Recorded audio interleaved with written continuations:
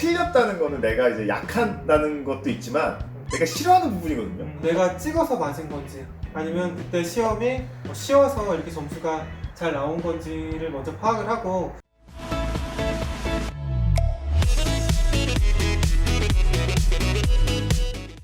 안녕하세요, 공TV입니다. 오늘 영상은 여러분들이 이제 수험 생활 중에 시험을 보고 나서 다음 시험을 준비하기까지 어떻게 효율적으로 공부할 수 있는지에 대해서 좀 얘기를 해보도록 할 건데요. 그 이제 시험 끝나고 해야 될 것들, 준비해야 될 것들, 꼭 해야 될 것들, 짚고 넘어가야 될 부분, 이러는 부분에 대해서 좀 집중적으로 좀 얘기를 해보도록 할 거예요. 일단 기본적으로 근데 틀렸다는 거는 내가 이제 약하다는 것도 있지만 내가 싫어하는 부분이거든요. 그래서 오답 정리나 이런 거 하는 게 굉장히 좀 어려울 수 있어요. 그러니까 하기도 싫고 막 몸이 뒤틀리고 이럴 수 있거든요. 그래도 사실 이제 뭐 좀 도움이 되는 부분은 하셔야 되니까 조금 이제 좀 저희가 말씀드리는 거 좀 듣고 효과적으로 좀 할 수 있었으면 좋겠습니다. 바로 공부를 시작한다는 게 쉽지 않은데 제가 생각한 첫 번째 방법은 6월 13일 지방직 시험이 끝나고 나서 강사분들께서 시험 문제 풀이에 대해서 특강이 올라오는데 그 부분을 꼭 참조하셔서 본인의 것으로 소화를 하시길 바랍니다.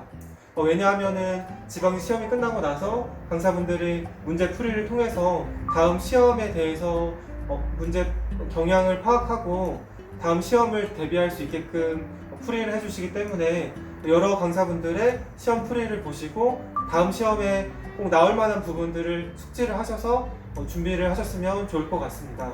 내가 맞춘 거 정확하게 아는 거는 사실 볼 필요가 없잖아요. 강사분들이 얘기해 주는 것도. 근데 이제 조금 애매한 부분이나 그 시험 중간에 이제 몰랐던 부분이나 이런 것들은 확실하게 좀 짚고 넘어가야 다음에 이제 발전할 수 있으니까 좀 그런 거는 조금 짚어줄 필요가 있을 것 같습니다. 그리고 두 번째로는 본인의 시험 점수를 이제 적어서 잘 본 과목, 못 본 과목으로 나눠서 객관적으로 분석을 하는 게 필요할 것 같습니다. 저 같은 경우는 국가직 시험 때 국사 점수가 너무 안 나와서 어떻게 하면 다음 지방직 시험 때 잘 볼 수 있을까 이렇게 고민을 많이 했었고, 근데 그 노력의 결과 지방직 시험 때는 국사에서 한 문제를 틀렸거든요. 그래서 이렇게 자신의 취약점을 파악한 다음에 그 다음 시험을 대비하는 게 중요할 것 같습니다. 과목별 이렇게 점수를 보고 나서 잘한 과목과 잘 못 푼 과목을 이제 구분을 해서 일단 정리를 합니다.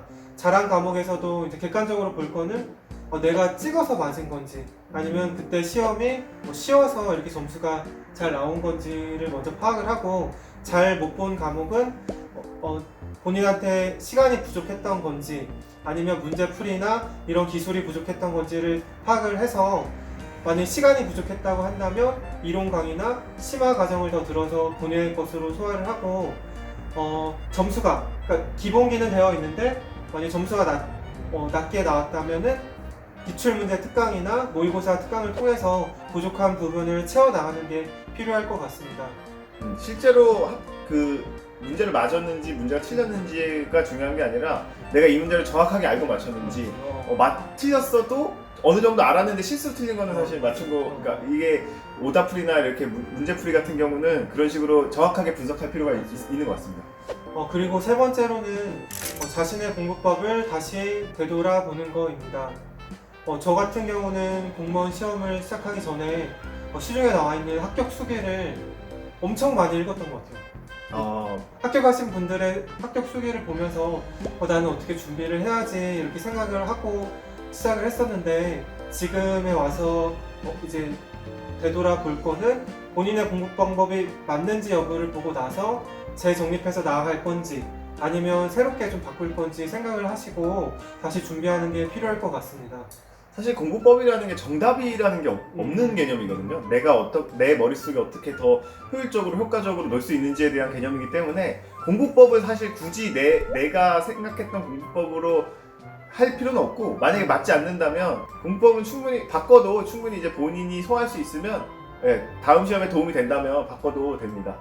그 시험이 끝나고 체계적으로 효과적으로 효율적으로 공부할 수 있는 방법에 대해서 여러분들한테 알려드리려고 노력을 했는데 도움이 되실지는 모르겠어요.